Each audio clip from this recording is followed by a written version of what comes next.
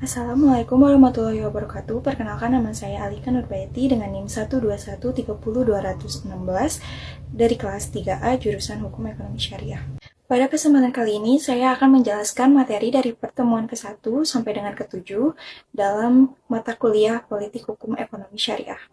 Untuk pertemuan yang pertama, saya akan menjelaskan tentang konsep dasar politik hukum.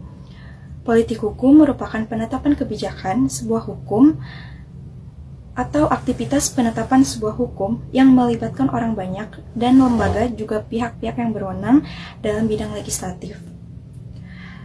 Penilaian politik hukum ini tidak bisa hanya dengan satu pihak saja dengan yang tidak berwenang, tapi melibatkan banyak orang yang berwenang. Dalam setiap politik hukum harus mengandung aspirasi. Hubungan politik hukum dengan ilmu hukum pun harus jelas dan paham bagaimana cara menyusun perundang-undangan dan subjek juga tujuan hukum.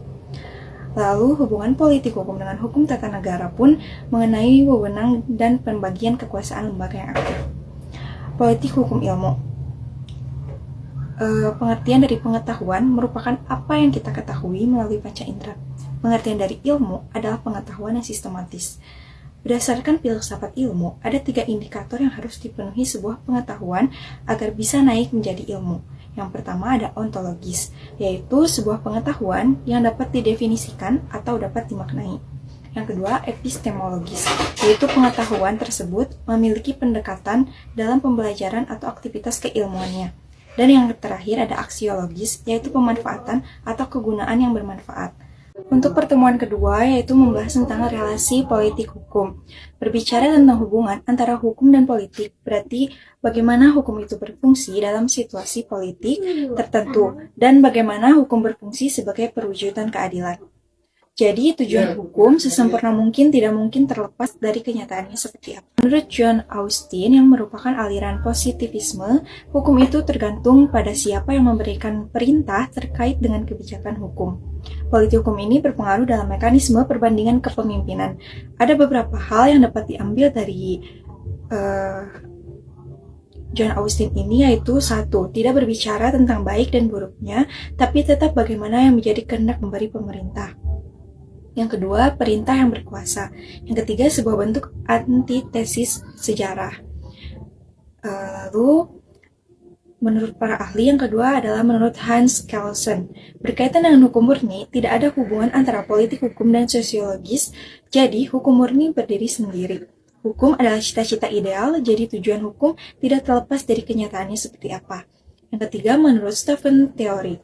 Berbicara tentang teori hierarkis, hukum adalah faktual dan dirumuskan kembali bagaimana perubahan-perubahan hukum untuk mencapai idealis sebuah hukum.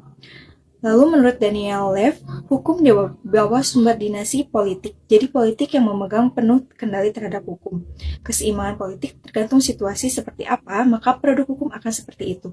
Definisi kekuasaan yang menitik beratkan pada aspek kekuasaan, produk hukum tergantung pada perkembangan ideologi politik sebuah negara. Contohnya, komunis, maka akan mencerminkan seperti ideologi itu sendiri. Ada juga menurut H.L.A. Hart, relasi antara politik dan hukum itu tergantung pada pemerintah yang memiliki kekuasaan pada suatu negara, tapi tidak memiliki relasi politik dan sosiologis sekalipun tetap memurnikan sebuah hukum. Lalu menurut Rod Acton, relasi politik dan hukum itu mempengaruhi 3 hal. Yang pertama, menurut substansi sebuah hukum, yang kedua struktur hukum, dan yang ketiga, budaya hukum. Lalu, menurut Miriam Bodiarjo, kekuasaan politik kemampuan mempengaruhi kebijakan umum yang memiliki pengaruh yang kuat antara politik dan produk hukum. Jadi, kesimpulan bahwa hukum Indonesia ini sangat dipengaruhi oleh arus positivis yang membatasi hukum pada apa yang termasuk dalam peraturan perundang-undangan. Maka sekolah akan tetap fokus pada pengembangan sistem hukum Indonesia. Untuk pertemuan ketiga, saya akan membahas tentang sejarah politik hukum. Yang pertama dari Supomo. Disiplin politik hukum ini karena adanya ketidakpastian antara teoritisi atau sarjana hukum terhadap mode pendekatan hukum. Politik hukum bisa dikatakan hal baru, namun dalam sejarah sudah dikenal sangat lama. Menurut Sajib Toraharjo, abad 19 di Eropa dan Amerika, individu merupakan peraturan hukum yang sangat berkembang adalah hukum perdata yang meliputi hak kebendaan, kontrak hukum. Tidak bisa dikatakan demikian karena perkembangan dan dinamika di masyarakat sangat berkembang pesat baik aspek sosial, ekonomi, maupun budaya. Jadi hukum harus mengikuti perkembangan zaman itu. Menurut Donald, mempunyai pandangan yang tidak jauh berbeda dengan Sajipto Raharjo mengenai peran saudara. Jadi hukum harus mempunyai relasi yang kuat karena jika tidak akan tertinggal dan tidak mengikuti perkembangan zaman. Terbagi menjadi pertama secara implisit dan yang kedua secara eksplisit. Kehadiran 5 politik hukum ini sebagai disiplin itu ada karena ketidakpuasan antara sarjana atau teoretisi hukum terhadap teori hukum yang selama ini dipakai dan sebagai antitesis terhadap aliran hukum yang beranggapan bahwa hukum sebagai hal yang independen dan otonom juga tidak memiliki relasi dengan yang bukan hukum. Untuk pertemuan kelima, saya akan membahas tentang politik hukum Islam. Dalam kajian ini, yang menjadi pelopor utama yaitu Ibnu Taimiyah yang sangat masyhur dan memiliki buku yang berjudul Siyasah Syiah fi Islah Ra'il Ar-Ra'iyah.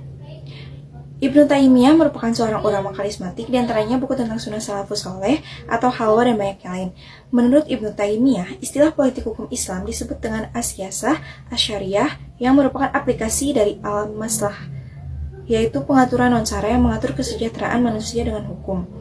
Kemudian sebagian ulama mendefinisikan sebagai peran penguasa untuk merealisasikan kemaslahatan manusia sepanjang hal tersebut tidak bertentangan dengan dasar agama. Dalam Islam, ada integrasi yang berpandangan bahwa antara politik dan hukum itu tidak dapat dipisahkan dan diibaratkan seperti dua macam mata koin yang saling berkesinambungan dan menguatkan antara satu dengan yang lain. Maka, dalam pandangan Ibnu Taimiyah, ketika hukum dikatakan sebagai hal yang independen atau otonom tidak berlaku. Jadi, hukum harus mengimbangi dinamika dan perubahan hukum tersebut. Dalam perspektif politik hukum ada dua hal yang tidak dapat dipisahkan, bahwa politik tanpa hukum adalah kelainan dan hukum tanpa politik adalah angan semata. Dengan demikian, sama halnya hubungan antara agama dan negara tidak dapat dipisahkan, maka menganut istilah integrasi. Antara agama dan negara harusnya memiliki hubungan simbiosis mutualisme. Berkaitan dengan hal itu, maka dalam Islam ada istilah yang disebut dengan tajdid, pembaharuan atau reformasi hukum. Tajdid merupakan salah satu metode yang digunakan dalam Islam untuk melakukan pembaharuan terhadap hukum Islam. Dalam hal ini ada beberapa pemikiran dari Ibnu Taimiyah berkaitan dengan hukum Islam. Yang pertama ada kosmopolitanisme, yang mengatakan bahwa Islam sebagai kebenaran haruslah menjadi kebaikan bagi seluruh alam. Yang kedua ada doktrin kekhalifahan, yaitu dengan membawa jauh-jauh perbuatan syirik, khofat, dan bid'ah. Dengan kerangka ini kita dapat melihat posisi sosial masyarakat untuk tidak mengakui kehujahan, salah satunya dengan kembali pada Al-Quran dan hadis. Yang ketiga ada kepemimpinan, dan yang keempat ada pandangan Ibnu. Menurut Ibnu Taimiyah harus memiliki kreativitas yang baik. Lalu ada prinsip hukum Islam, yang pertama ada tauhid, yang kedua keadilan, yang ketiga amar ma'ruf nahi munkar, yang keempat kebebasan atau kemerdekaan, yang kelima persamaan, yang keenam at-tawun, yang ketujuh toleransi, kedelapan kebebasan atau kemerdekaan. Lalu ada asas-asas hukum Islam, yang pertama asas nahyul haraji, yang ketiga asas qilatul taklif, yang ketiga asas tadarruj. Untuk pertemuan ke-6, saya akan membahas tentang sifat hukum sebagai objek kajian politik hukum. Hukum menjadi juga objek politik, yaitu objek dari politik hukum. Politik hukum berusaha membuat kaidah-kaidah yang akan menentukan bagaimana seharusnya manusia bertindak. Politik hukum menyelidiki perubahan-perubahan apa yang harus diadakan dalam hukum yang sekarang berlaku supaya menjadi sesuai dengan kenyataan sosial. Dalam membahas politik hukum, maka yang dimaksud adalah keadaan yang berlaku pada waktu sekarang. Relasi antara politik dan hukum memiliki hubungan yang tidak dapat dipisahkan dengan alasan dinamika yang terus merangkak melakukan perubahan seiring dengan perkembangan zaman agar bisa beradaptasi dengan hal baru. Ada sifat yang melekat pada politik dan hukum sebagai objek kajian politik hukum, di antaranya yang pertama fakultatif, yaitu hukum yang mengatur tidaklah mengikat atau wajib ditaati. Dalam hal ini, kedua belah pihak dapat mengesampingkan persetujuan lain sehingga keduanya dapat menyepakati perjanjian tersebut. Yang kedua, imperatif, yaitu hukum yang memaksa dan konkret harus ditaati atau mengikat. Diartikan juga sebagai hukum yang tidak boleh ditinggalkan oleh para pihak, dan hukum yang memaksa itu berlaku untuk para pihak yang bersangkutan. Yang ketiga ada represif, yaitu eh, hukum bersifat represif ini lebih tegas secara ringkas. Anatomi sifat represif ini ada 10 karakter, yaitu ketertiban. Yang kedua, dasar kekuatan mengikat hukum adalah kekuasaan negara. Lalu peraturan-peraturan, kesempatan bertindak serba sesuai kesempatan, pemaksaan serba mencakupi, moralitas yang dituntut masyarakat adalah pengendalian hukum, kekuasaan menempati posisi di atas hukum, kesatuan masyarakat tanpa syarat, partisipasi masyarakat diizinkan kependudukan. Jadi, hukum represif ini tidak mendengarkan kritik dan didominasi oleh kekuasaan politik itu sendiri. Secara tingkatan, sifat represif ini merupakan sifat hukum produk dari pola hak hukum itu sendiri yang sangat tinggi peran politiknya. Untuk pertemuan ke-7, saya akan membahas tentang sifat hukum sebagai objek kajian politik hukum yang kedua. Ini menjelaskan mengenai sifat hukum sebagai objek kajian politik hukum. Pada dasarnya sifat hukum itu ada 6 jenis, dan 3 diantaranya adalah fakultatif, imperatif, dan represif yang telah dijelaskan di video sebelumnya. Selanjutnya ada progresif. Progresif merupakan perkembangan hukum yang digagas oleh Profesor Sajipto Raharjo berpandangan bahwa hukum dibentuk untuk manusia, bukan manusia untuk hukum. Dasar pemikiran beliau bahwa kajian hukum saat ini telah mencapai ekologi dalam yang mendasar pada pemikiran antroposentrisme. Progresif ini memiliki beberapa karakter atau ciri khas, yaitu mengikuti perkembangan aspirasi masyarakat, memihak pada kepentingan rakyat, dan demi kepentingan keadilan, bergerak dalam proses perubahan, menekankan kehidupan yang lebih baik, mendorong peran publik, membangun negara hukum yang berhati nurani. Yang kedua ada otonom. Otonom ini menekankan pada model keadilan yang prosedural dengan memberikan legitimasi kuat kepada lembaga-lembaga penegakan hukum. Namun penegakan hukum itu terbentur dengan proses-proses baku yang telah ditetapkan. Ada beberapa karakter dari otonom ini, yaitu keabsahan berdasarkan prosedur yang benar, dibuat teliti dengan ikatan penuh, dikresi dibatasi, penyerahan wewenang secara sempit sehingga pemaksaan dapat dilakukan, partisipasi masyarakat dibatasi.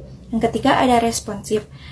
Hukum responsif mengisyaratkan masyarakat yang memiliki kapasitas politik untuk menyelesaikan permasalahan-permasalahannya, menetapkan prioritas-prioritas, dan membuat komitmen-komitmen yang dibutuhkan. Karena hukum responsif bukanlah pembuat keajaiban di dunia keadilan, memiliki beberapa karakter, yaitu di bawah asas hukum dan kebijakan, mewujudkan keadilan yang substansif, dikresi diperluas, dan menghindari pemaksaan.